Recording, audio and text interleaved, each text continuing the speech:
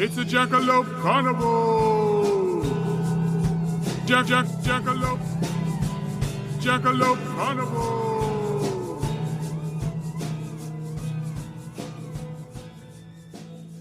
Hi, I'm Bekah. Hi, I am Eric. And you're listening to Jackalope Carnival, a sideshow of stories, a bi-weekly podcast where we explore the paranormal, the unusual, and the downright odd. Here, Bekah, I'm trying something new. Can you listen to something for me? Sure. What?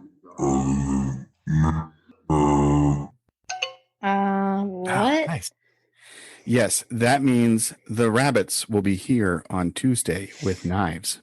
Oh, How about this one? Ready?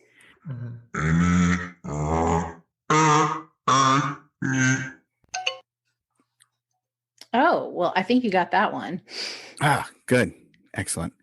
And that was me saying that mayonnaise tastes worse when left out overnight. What language is this exactly? This is Bigfoot. Yeah. So that makes sense because today we're exploring Bigfoot. Last night I sent you that video. Did you listen to it, by the way? About I saw enough, and I'll let you talk about this later. I'm gonna y'all thank me. Everyone who's listening is gonna thank me for just pushing past what he's about to tell us. So we're gonna explore Bigfoot today, and Bigfoot is one of many hairy humanoid cryptids that have inhabited human myths in many different eras, in many cultures, and under many names.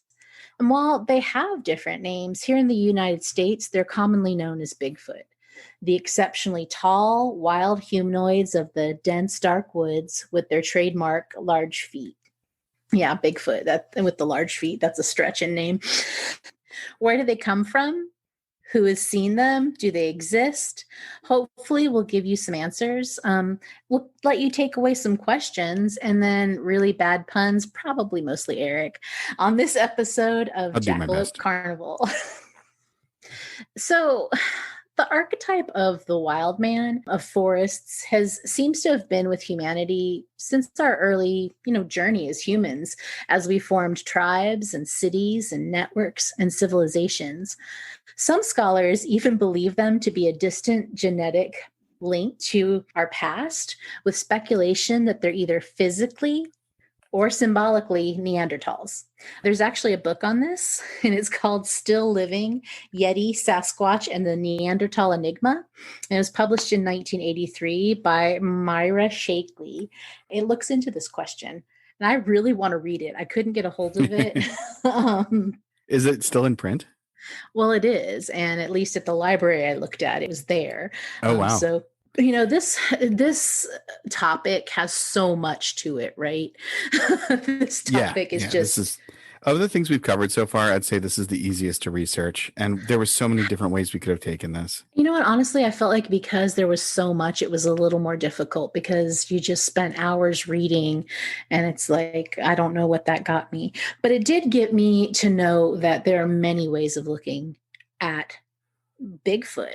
So one of them, definitely, like maybe this is some sort of Neanderthal that they're left over. Or sometimes I ran into something that said, was talking about Gigantopithecus. I heard that. Which is another hominid that lived in Asia. So, maybe there's some sort of not evolved. They didn't, become modern human. As I'm not saying that I think Neanderthal became modern human. I mean, we carry Neanderthal DNA. So others are looking into Bigfoot and they see that there's other wild man figures going, especially in Europe, that they're related to our collective unconscious, to use the Jungian term here, the shadow figure, the collective unconscious. I figured it would. Yeah. But these figures, they live freely in the wild. They embody our more quote unquote primal, primitive natures. And this is especially fit with these European interpretations. So you have, Herne the Hunter of Celtic lore, although he's, got antlers. You have the medieval Englishman of the woods, the German Wildermann, or the French L'Homme Sauvage. And we can go on and on because really many different European cultures, and especially regions are going to have their own version of this idea of the wild man. Wilderman. Wilderman. Does whatever a wilder can. And he probably does. He's, but for now, I want to focus on North America. I can tell you that we will probably look into this again. I would probably like to look into these wild man figures. But in North America, we don't really look at Bigfoot quite like that.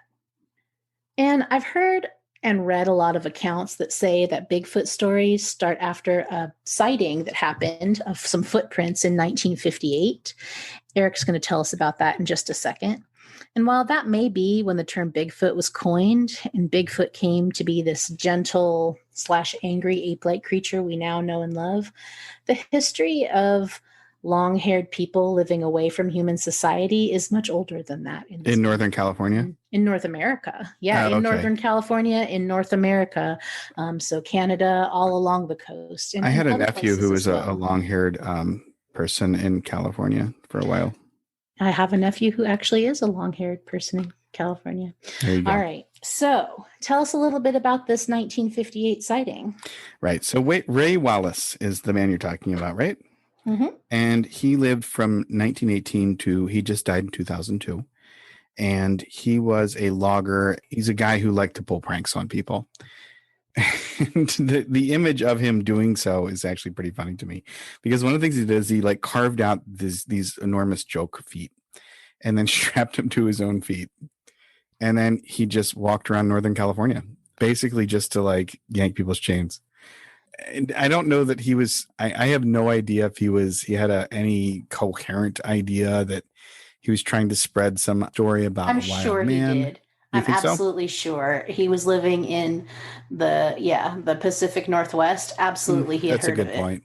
And yeah, so he was doing this just for his own amusement. He was that guy. Fun-loving fellow. In 1958, a journalist by the name of Andrew Genzoli was writing for the Humboldt Times. And what this article in the Humboldt Times did was connected these footprints, I think, to the larger lore of the area. Even though, by all accounts, Ray Wallace's footprints weren't terribly convincing. They were kind of, I guess amongst Bigfoot footprint connoisseurs, his are rather crude looking, and they leave like a flat footprint. And well, it was early on in the hoax footprint stage. So. And I don't think Andrew Genzoli, from what I read, was really trying to. I think that he was writing I don't want to say fluff piece, but like a fun article that wasn't supposed to be like an expose or anything. I think it was more or less like, here's the local lore. Isn't this interesting? It's like Sunday afternoon reading type of thing. And I don't think that he was expecting to be, the ground zero of this cultural phenomenon that Bigfoot became. But there's another thing that happened about 9 years after this, and that's going to really make Bigfoot the national phenomenon that Bigfoot is now. And that has to do with Roger Patterson and his friend Bob Gimlin. And they were making their own Bigfoot documentary / movie, docudrama, if you will. And I mean, really, I think everyone has pretty much seen this, whether they realize it or not. Right. It's that iconic pose with like the Bigfoot who has the slowly swaying arms. And it's kind of like got dark fur, and so this is the so-called Patterson Gimlin film, and that will be filmed in 1967.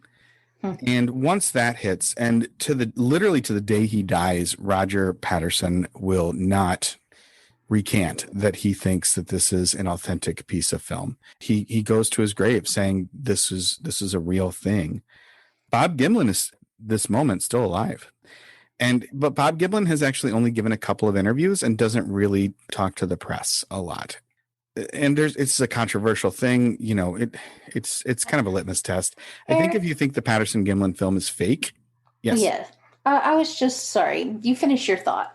I think if you think that it's one of those things, like if you can ask someone like, what do you think of the Patterson Gimlin film? And you could probably automatically know if they're like a Mulder or a Scully. You know what I mean? Or how deep they are to know that the Patterson Gimlin film is a Bigfoot film. I'm like, right. Yeah, I saw it last week. It was awesome. Right. If you can say the words Patterson, Gimlin, Mulder, and Scully together and they know what you're talking about, they're probably a friend of ours. So, do you purposely bring everything back to 1967? Hey, I'm just reporting the facts here. And Because this is not the first time that you've managed to bring us back to our friend the Mothman. That's right. That's right. No, not intentionally. And I'm actually, except for right now, I'm not going to mention Baltimore today, I don't think. Okay, well, this is Bigfoot show, and right, Bigfoot has not been spotted, walking around Fells Point that I'm aware of. Yep, he was in Hagerstown, Maryland. So, no, not Hagerstown. I think he was in Westminster and maybe Hagerstown. So who knows? So, but this idea of Bigfoot, this later idea of Bigfoot, isn't the first time. Bigfoot has been around. So in North America, Bigfoot gets around for some time, especially in the Northwest United States and Canada. Bigfoot enthusiasts might use the word Sasquatch. I'm sure most people have heard the word Sasquatch. The word Sasquatch came into use in the 1930s, actually. In the 1930s, when Indian agent J.W. Burns, who had been assigned to the Salish First Nation in Canada, he published stories that were shared with him from the people that were within the agency. So if you don't know what I'm talking about when I'm saying Indian agent or Indian agencies, in the 1930s, this would have been a time in both the US and Canada when Indigenous people were put, as we sometimes call it the reservation period, when Indigenous people were taken off their land in an effort to, and as I'll have a quote here from Prime Minister Sir John A. Macdonald, and he says this: "The great aim of our legislation has been to do away with the tribal system and assimilate the Indian people in all respects with the other inhabitants of the Dominion as speedily as they are fit to change." So an Indian agent would have been someone who was in charge of the agency. So was assigned by the government to make sure that people stayed where they were put and make sure that they assimilate. So it's pretty villainous, really, that they told him these stories and then he goes ahead and he publishes them. Because for them, this, and his name wasn't Sasquatch, it's Saskets, which is a word that means hairy people. Not hairy as in bearded and furry, but long hair. They're tall and they have long hair. They're special, sacred beings.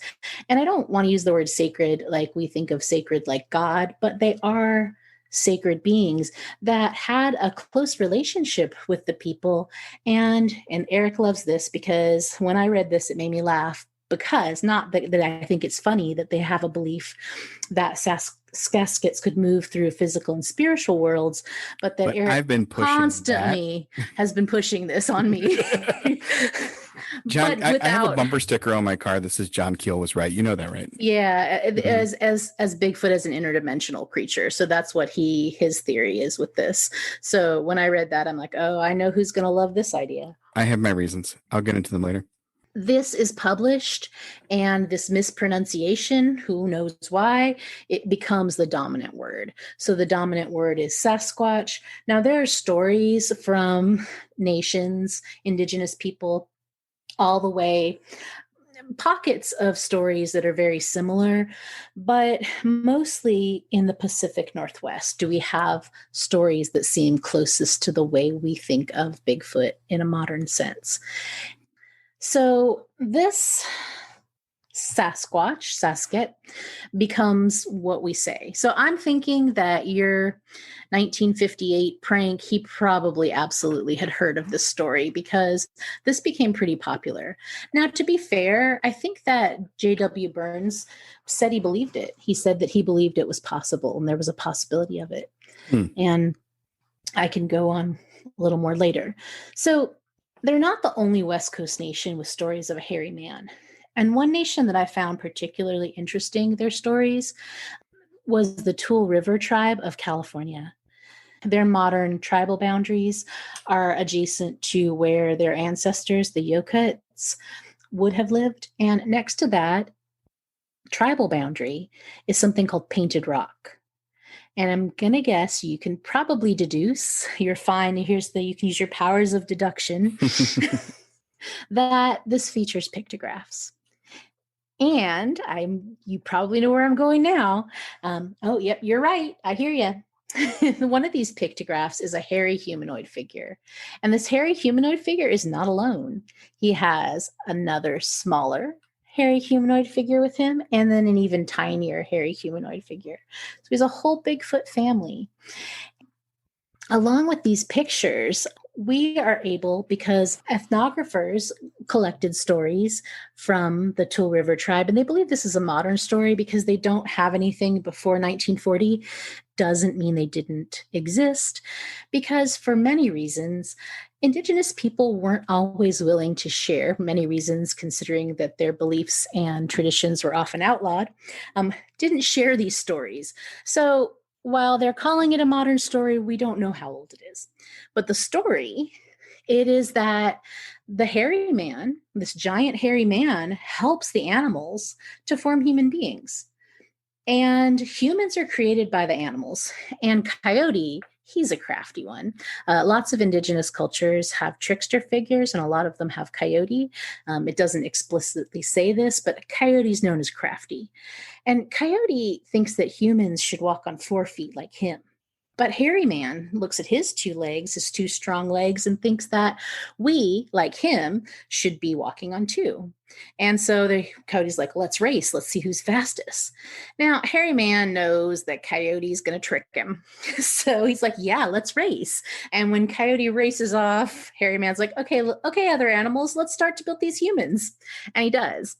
And so he helps with Condor and I think Eagle. They get together and they build humans.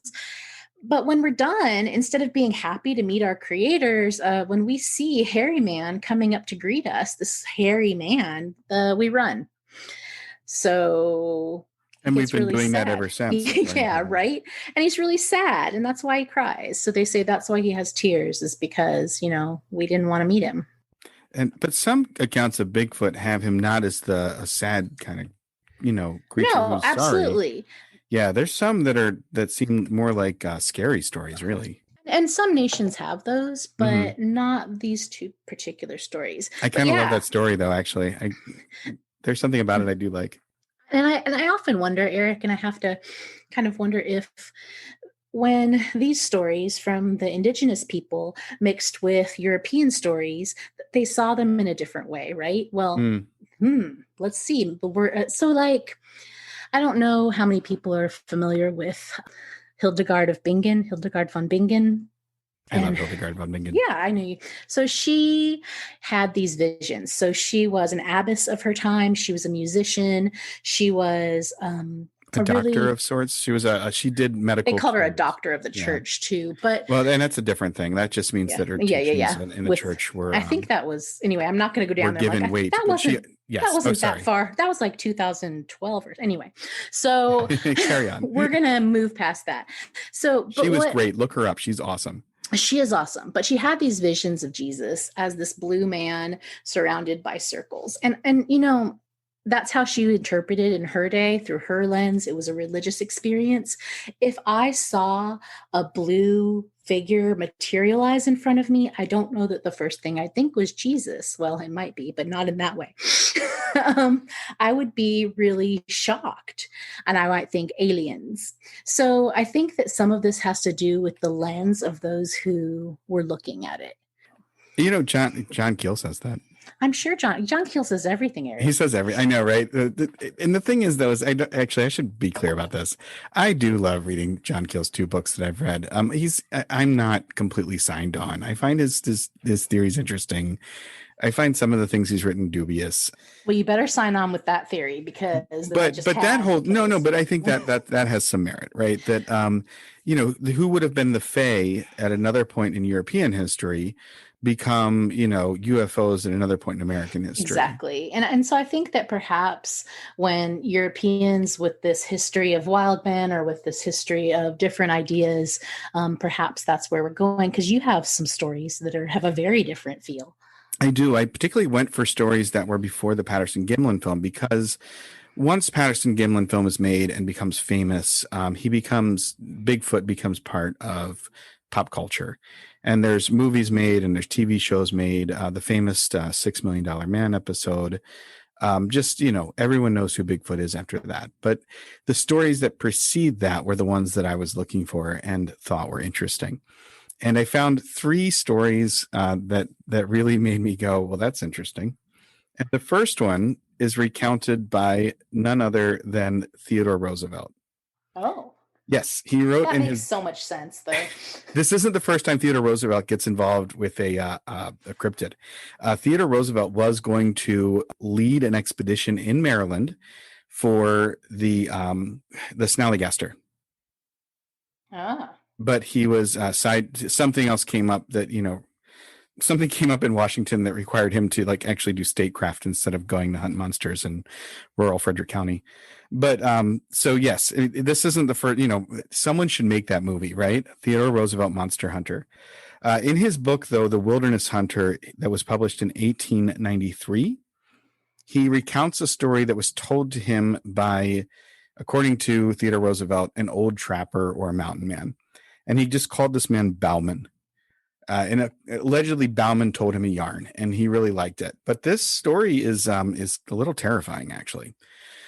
So when Bauman was a younger man, so I'm going to assume this is in the early part of the 19th century, he was doing some fur trapping with a friend. They were trapping for beaver. And according to the little excerpt I was reading, it was at the head of the Wisdom River. I actually don't know where that is. It's out west somewhere. I'm on the East Coast, so everything's out west somewhere. But anyhow, so Bauman is going fur trapping with his partner, and his partner remains unnamed for reasons that we'll talk about in a second. But they are, they're hiking out in the middle of nowhere. They set up camp and then they go to set their traps. And they set their camp up and they're wandering out. They set their traps and they come back. And they find that their packs have been rifled through. That's odd. I guess it was bear or raccoon or something.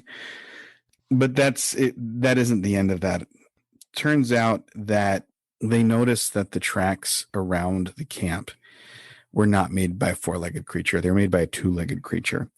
And that really freaks them out. And apparently there's something about the tracks that lead them to believe they aren't human. Although Roosevelt doesn't specifically say what that thing is, whether it's unusual size or unusual shape. We're kind of left to guess, actually. But it freaked them out enough that they set watch. So they took turns sleeping through the night rather than just kind of go to sleep.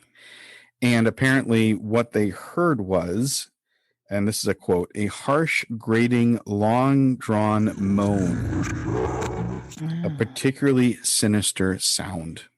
So you've been taking Bigfoot. What word do you think that would have been? Yeah, right. What they were saying is, now I'm still learning, but I think that what they were actually saying was, my rhinoceros has been parked illegally.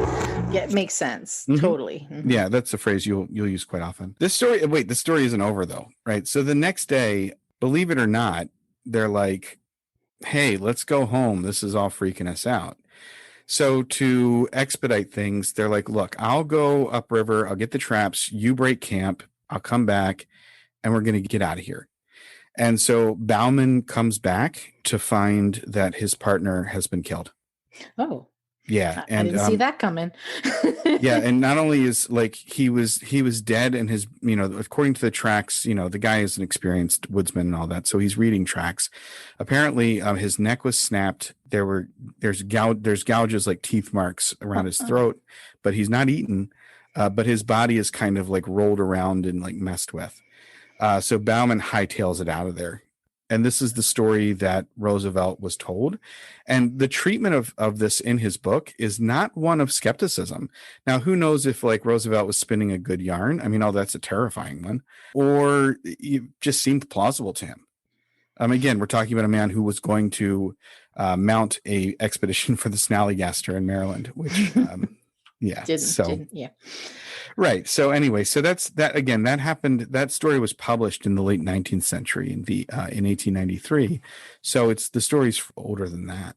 And I have 2 more stories that are actually from the other side of the 20th century divide as well.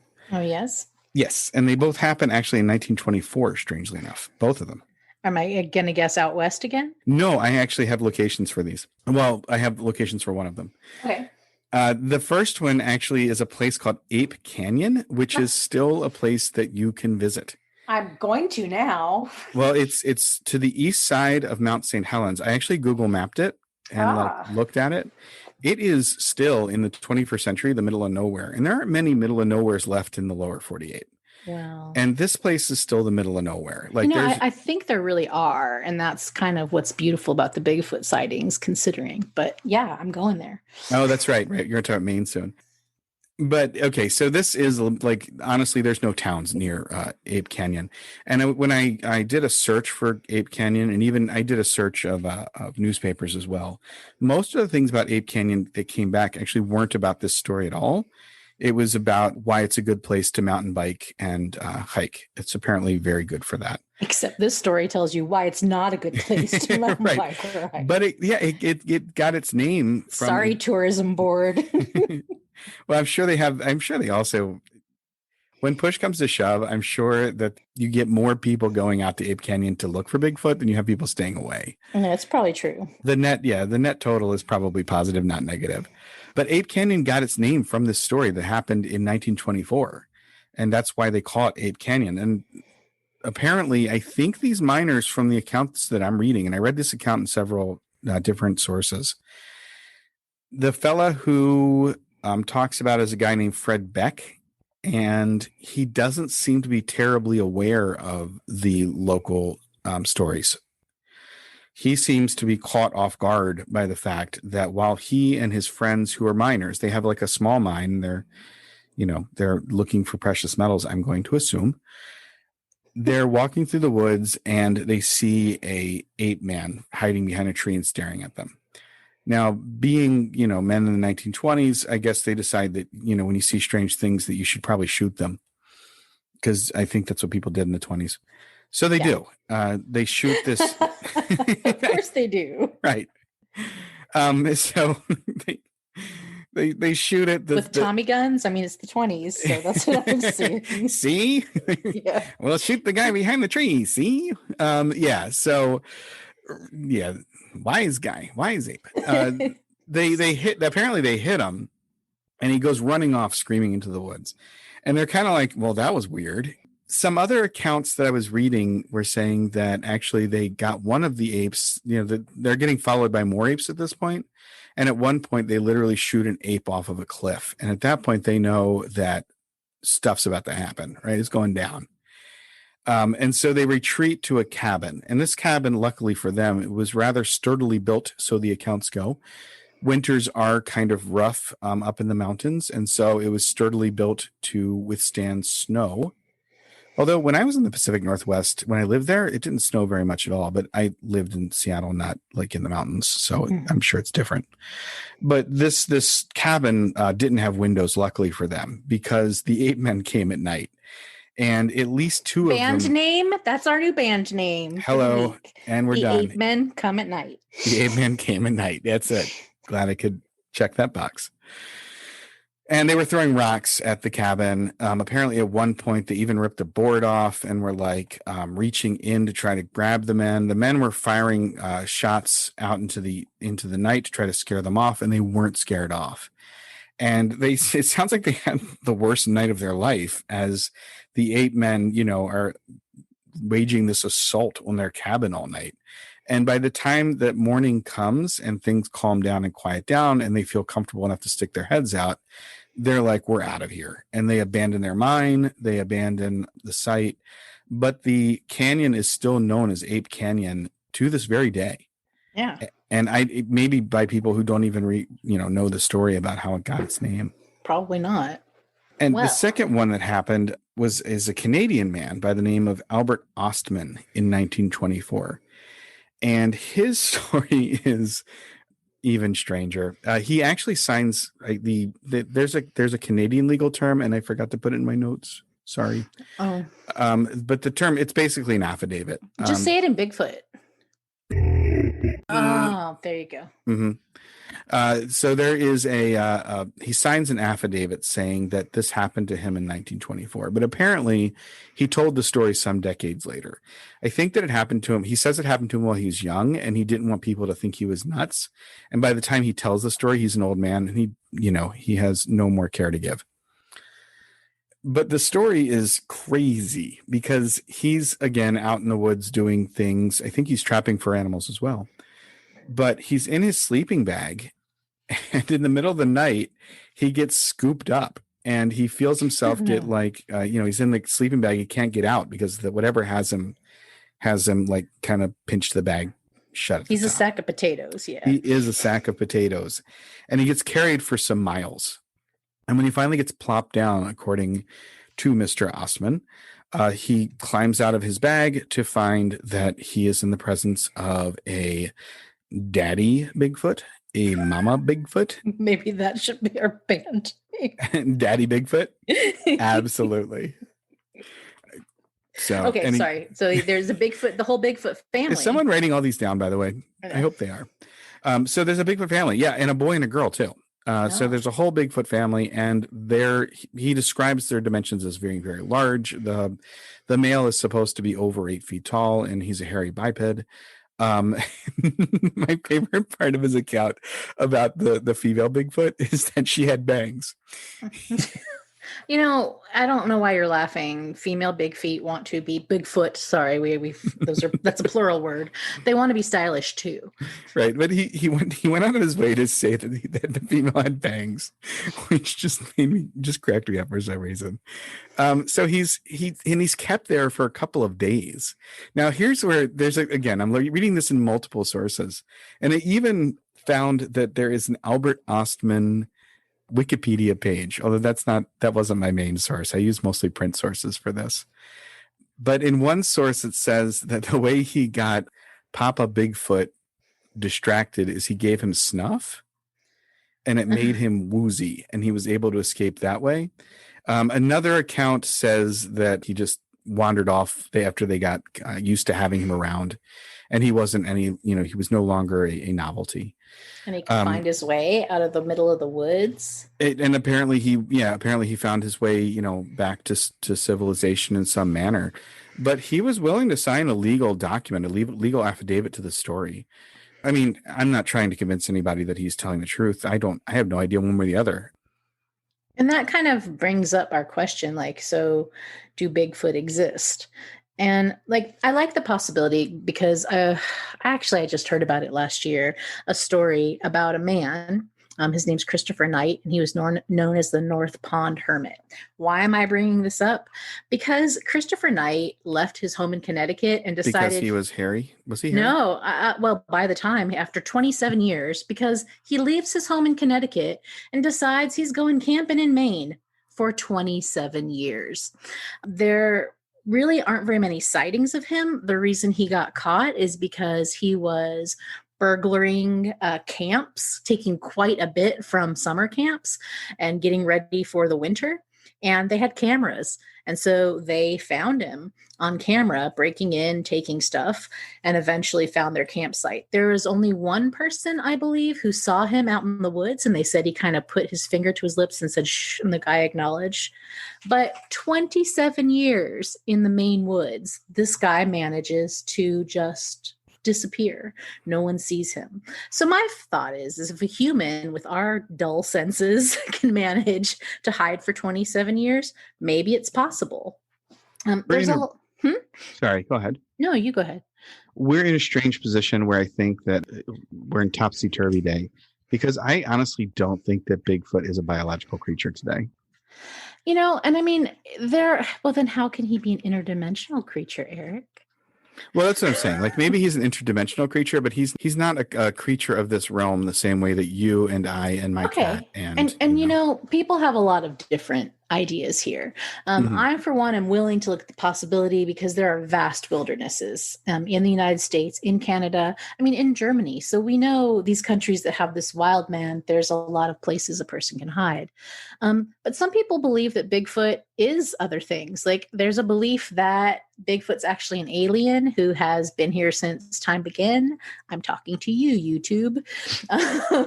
Did you watch YouTube videos that said Bigfoot is an alien? I absolutely did. It's an hour and 15 minutes. So wait, I didn't get through all So of it. the three men doing Bigfoot calls in Minnesota that I sent you. No. Limits. Did you watch any of it? I did watch it. Well, that's a theory. He's an alien. Okay. I did watch the first part and I was like, no. So others see. You were so absolute about it. Like you were like, no, we're not. Yeah, it was the bait video. they were using that creeped me out, and that was all. So people see Bigfoot as utterly, literally real. They have evidence, they have photos, they have recordings, they have hair samples, and, of course, the huge footprints. There's a more mundane belief that Bigfoot sightings are actually just bears walking upright, which, when you think about it, like if you saw a bear walking upright for a while, that's pretty exciting. But somehow in the, context of Bigfoot, it's disappointing. But I can tell you, if I saw a bear walking around, I'd be delighted. I'll tell you. So Bigfoot sightings, even when they're bad, they're good. I went hiking in the Katmai Peninsula up in Alaska, Mm-hmm. and I saw bears. I saw grizzly bears. That park is phenomenal. It's hard to get to, but it is so worth the trip. It has more bears per square mile than any place in North America. And when you go there, they train you like what to do, because they're like, when you see a bear, it's not if, it's when. And I'll tell you this, like I saw bears and I never once mistook it for a humanoid. I'm sorry. I'm doing that thing again. Have you seen them walking around? Because I think, when they're walking around from a distance, like you could make that. Especially, you had a little... I think I did. I don't have a clear memory of it because I've seen, and that's not the first place. Well, I lived in Colorado and I've seen bears in the I saw neighborhood, grizzlies in Wyoming hanging out too. in the backyard. So, do they exist? Do bears exist? No, bears definitely exist. And actually, I'm glad you said that, even though you're being a smart aleck. I'm glad you said that because I almost forgot that there's been some scientists, because people are actually taking samples and bringing them to scientists, and some scientists will take them. And they found out a lot of it is bear hair. This cracks me up. Some of it was cow hair. Oh, wow. I don't think of cows as being, well, maybe it was like not Highland cows. I don't know. That's what I was thinking. But I don't think so. Particularly for cow. So there's been different analysis of samples of Bigfoot hair. And some of the scientists were saying they like it. They like the idea of cryptozoology because it gets people interested in being outdoors. It gets people interested in taking these samples. It gets people interested in science. People who are worried about Loch Ness Monster get worried about the water and the water quality. And so, if you believe in Bigfoot, then you want to make sure Bigfoot has an environment. So it's good for the environment. It's good for science. Bigfoot's a gateway to environmentalism. Yeah. So, does he exist? I know that he exists in our popular culture. I know that he exists in our collective unconscious. Does he exist in your heart, Bekah? Well, yeah. So if Bigfoot exists, I think it's anything that you take on faith.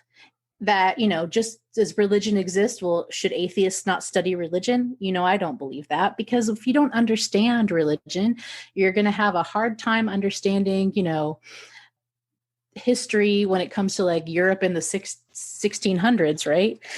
17th century, 18th century, you're going to have a really hard time understanding. So I feel like, or even modern politics, really. Exactly. So whether or not Bigfoot exists, Bigfoot has value in a lot of different ways. I found something that I was just absolutely delighted by while I was doing research. Yes. This is one of my favorite facts. This is my fact of the month now. This is my favorite fact that I've learned. Did you know that Bigfoot had an FBI file? Yes, I did, actually. Isn't that awesome? Yeah. And they declassified it so that you too can now look over Bigfoot's FBI file, which why? I'm not going to say whether it's exciting or not. I'm going to leave it to our listeners. So I think that's us for today. And I want to thank everybody for listening. We have an Instagram page, which is just Jackalope Carnival. So please come look at it, give us ideas, say hello. And yeah, thanks for listening. Am I signing off in Bigfoot today? That was excellent. All right. See you in 2 weeks. Take care, folks.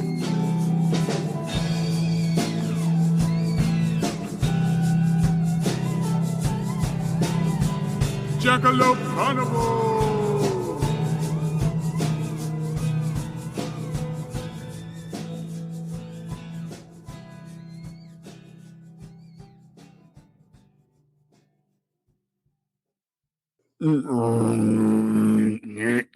Oh, what in the world is that? That means bring the waiter some cheese. Oh, goodness. Here, wait, how about this one?